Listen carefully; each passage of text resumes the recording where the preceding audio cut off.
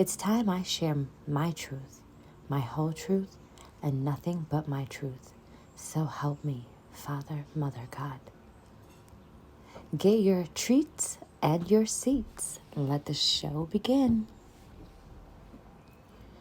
This is Sprout from the Darkness. Here we are light and shadow workers, spiritual engineers, rainbow warriors, merging the knowledge of spirituality, mysticism, psychology, neuroscience, and philosophy to discuss topics and ideas that the greatest minds have pondered upon, yet which have also confused and divided so many, creating imbalances in us, the world, cosmos, and other realms. This created a disconnect from spirit and our soul's purpose. Unaddressed trauma and toxic environments cause our soul, psyche, to fragment, stunt our growth and development, which keep our innate potential dormant. It's an honor to share our spiritual recovery toolbox and testimonies with you. Delve into the self-exploration and elevation journey and share our gypsy jewels that can be the gems to help all uncover real solutions necessary to calm the raging storms of life and within so many of the masses that are overwhelmed by. Let us always remember that each has the one within whom can walk on water and command the wind to be silent and sea to quiet down. As a disclaimer, this content is for educational and entertainment purposes. The representations and events depicted in this video may not necessarily align with the views of the channel or its affiliates. Our depictions of characters in our story are based on personal experience, meaning based on opinion, belief, or statements derived from one's own lived experiences and observations. Essentially saying, this is what I have seen or gone through myself. A living toolbox of testimonies to grow the garden of our minds and glow that shine in our spirits. Wilderness is the preparation ground for purpose. Why? Without the wilderness, there would be no cross. Without the cross, there would be no resurrection. And without the resurrection, there would be no victory. From victim to victor, from queen to king goddess, I am that I am. As promised in our last episode, listen and partake in discussion of a college assignment written this past fall semester. Delve into deeper discussion as we explore the tools and collect the gems acquired from those treasure hunt excursions. On today's episode of Woke Beauties Book Club, we'll discuss the book read as a requisite for the Human Services Practicum class. The book explored is What Happened to You? Conversations on Trauma, Resilience, and Healing by Dr. Bruce D. Perry and Oprah Winfrey. This reflection is regarding Chapter 3, How We Were Loved. This chapter brought up so much for us, from our own childhood, reflecting on our children's childhoods, and the clients that Jackie used to work with at the YWCA of Western Massachusetts. In previous employment roles such as domestic violence shelter advocate, human trafficking support specialist, and domestic violence sexual assault counselor. To be transparent, this chapter surfaced many emotions for her and pulled on the heartstrings. Instantly from the first page of this chapter, relating to the mother Gloria, who lost custody of her child to CPS, Child Protective Services, due to her own traumatic upbringing and experiences and being removed from her family also. We remember what it feels like to be, as the book mentions Gloria was, misunderstood by everyone. Her therapists, foster caretakers, caseworkers, judges, teachers, due to awareness of the impact of trauma not being very high. There have been, quote, angels that Jackie also encountered, just as Mama P realized Gloria was, a young, unloved girl in a woman's body. There are so many more people than we are aware who suffer from arrested development, which is when trauma causes arrested or stunted psychological development, where someone's emotional response is frozen at the age they experienced trauma. One important part of their story was when Mama P mentioned, "You will not make her a better parent by punishing or shaming her. If we want her to be a more loving parent, we need to be more loving to her." Another one is when Dr. Perry wrote, "Rather than undermine a mother doing her best she could, we kept showing them love and how to love." These two statements are crucial. No one can be shamed into change, only loved into evolution. Comment if you can relate or know of any who have been misguided by caretakers due to their elders' own lack of knowledge. Remember, my people perish for lack of knowledge. Only then for those little broken souls to be shuffled through a corrupted system, which is programmed to vilify the sick and suffering, ultimately just condemning an unloved child in a grown-up body, never teaching them healthy ways to live, never showing them the love the little shining stars needed to thrive, yet were deprived of. Therefore, how could that dear one ever learn how to love, or be the safe place they never had to their own seeds, when all they were raised in was toxicity? Children Learn What They Live is a book by Dorothy Nolt and Rachel Harris. Well, rather, this only tightens the chains that stifled them and their bloodline in what's called bondage of self, tormented in a vicious, cyclical loop. Back to our book club reflections. The section in chapter 3 of the book, How We Were Loved, about a boy named Jesse, made weeping Jypze cry and reminded us of a client Jackie worked with while a sex trafficking specialist at the YWCA. She had a history of sexual abuse, sexual exploitation, and sex trafficking, and her mother and or family are the ones who exposed her to prostitution. It is horrible that children like Jesse are being set up to fail due to being born into an environment of chaos, confusion, violence, or disruption with no normalcy or regularity. Then these children are relocated to live with strangers and potentially have to suffer a worse hell than what they were just rescued from. It's truly sad that it often leads to individuals asking, "Why does God hate me?" leaving them to feel even more alone and abandoned in life. Being a psychology major with a passion for neuroscience, we are fascinated with how this book expounds in depth the process of the brain and trauma. It is interesting that despite Jesse being unconscious during his coma, when Dr. Perry put his biological and foster father's unwashed clothing under his nose, his body had notable physiological responses of distress and arousal responses due to a set of trauma-related memories. Gratefully, Jesse recovered and was able to demonstrate the remarkable malleability of the brain and the power of hope. All over the world, we are bombarded by elite pedophilia claims and criminal charges filed on well-known individuals, while more than we could even fathom goes swept under the proverbial rug.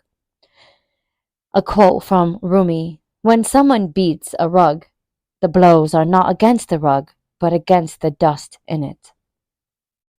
Survivors are courageously sharing their stories regarding being exposed to a history of sexual abuse, sexual exploitation, and or sex trafficking.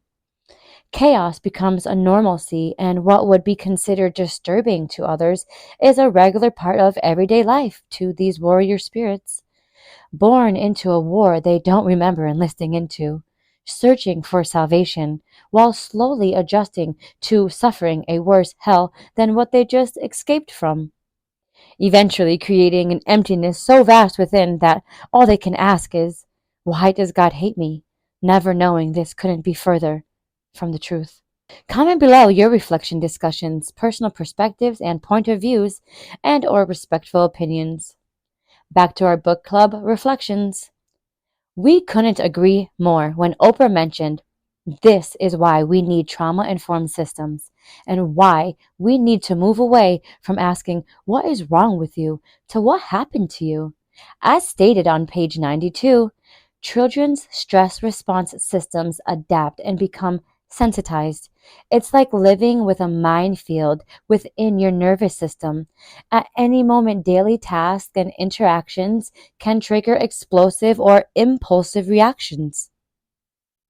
We can use this knowledge by being mindful of the fact that what is adaptive for children living in chaotic, violent, trauma permeated environments becomes maladaptive in other environments, especially school.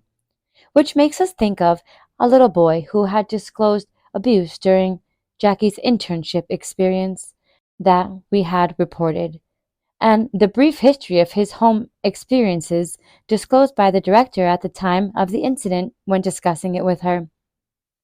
Hypervigilance refers to an excessive state of alertness and heightened awareness of potential threats or dangers, and is often misdiagnosed as ADHD.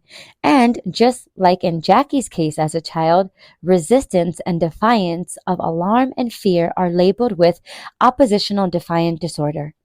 This then creates a chain reaction of more punishment and stigmatization, either by the parents, school, and or legal systems, then affecting their success and employment, their interpersonal relationships. Although thankfully for neuroplasticity and amazing angels from 2019 to 2021, looking back in hindsight, our past feels like a nightmare we've been liberated from. We can always remember to do our best, to treat everyone we encounter with patience, kindness, and encouraging support that Jesse, Jackie, our children, and many other individuals have experienced is the missing key when living with a heightened nervous system. Comment if you agree this is why we need trauma-informed systems. As mentioned briefly in our last video regarding what we view as abuse of power by Jackie's federal probation officer of Springfield, Massachusetts, and the negligence that arises due to a shortage of this trauma-informed care and lack of knowledge in mental health care systems, which these establishments are entrusted to provide, since they are supposed to protect and assist the community population. Correct? However, so many of whom have endured disparities feel otherwise, something Jackie has too often had the displeasure of experiencing. May 2024 be the last year we carry the cross of oppression, mental and spiritual slavery. They can no longer put a stop to our truth. We end our God-given rights being dismissed, discarded, and disregarded. No more will our tormentors discount and invalidate our feelings.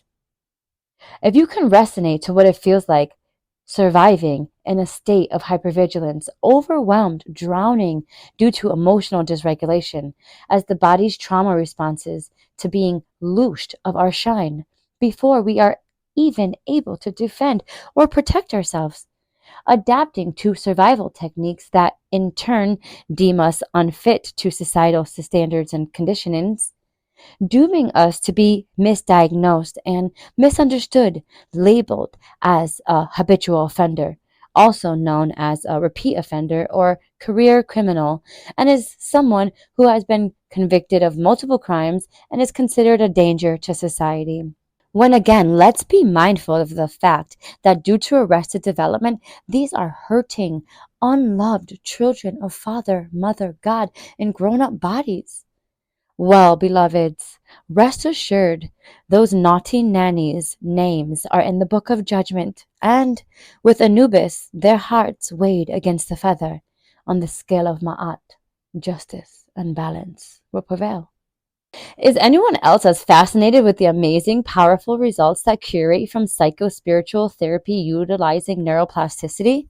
Which means our innate ability to utilize spiritual practices within therapy modalities to promote positive changes in the brain by harnessing its ability to adapt and rewire itself, thus leading to deeper healing and personal growth.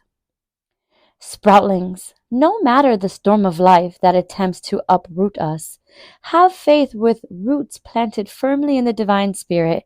With sincere hearts, hold fast in the gnosis of the amazing angels whose presence crosses our paths, often when we least expect it, yet usually when we need it the most, always being observed by the Almighty's all-seeing eye. Also on the back of the American dollar bill, which is a symbol representing God's watchful eye over humanity. Scripture on entertaining angels is Hebrews 13:2, which says, "Be not forgetful to entertain strangers, for thereby some have entertained angels unaware." Looking back as a final reflection for this episode's chapter, our past may feel like a nightmare we've finally escaped, while some are still trapped in it. Yet it's a powerful reminder to always do our best and treat others with the same patience and support we'd want for ourselves. Living by the timeless principle, treat others as you want to be treated, a fundamental principle in Omnism, often referred to as the Golden Rule, which essentially means to act towards others with the same kindness, respect, and consideration that you would want to receive yourself. Well, because of the law of cause and effect, you will end up receiving exactly what you put out. So remember to embody the idea of universal empathy and ethical behavior across all beliefs and backgrounds, aligning with the core of Omnism to find common ground and unity among all, regardless the diverse paths.